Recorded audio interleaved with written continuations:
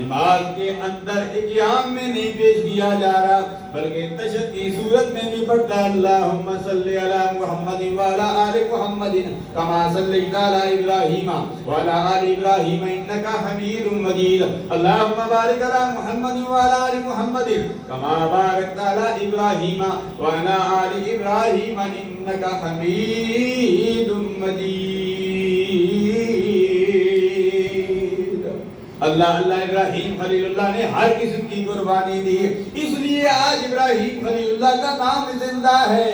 ابراہیم خلیل اللہ کا نام قیامت تک زندہ رہے گا۔ ہم نماز میں بھی ابراہیم خلیل اللہ پر سلام پڑھتے رہیں گے، ہر سال عید کے موقع پر قربانی کرتے ہیں، ابراہیم خلیل اللہ کا نام ضرور آتا ہے، ان کی عظمتوں کو سلام کیا جاتا ہے، ان کے بیٹے کی عظمت کو سلام کیا جاتا ہے، جن کی متعلق علامہ اقبال نے کہا تھا کہ یہ فیضان نظر تھا یا کہ مکتب کی کرامت تھی، سکھائے کس نے اسماعیل کو آداب فرزندی۔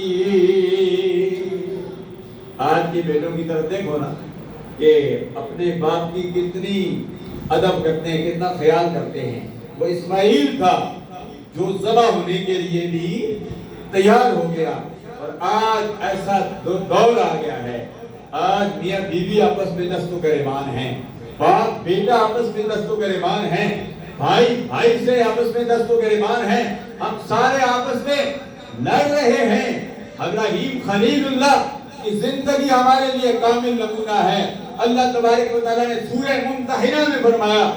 قد کان لکم فیہم اسوۃ حسنۃ فی ابراہیم، اور اسی طرح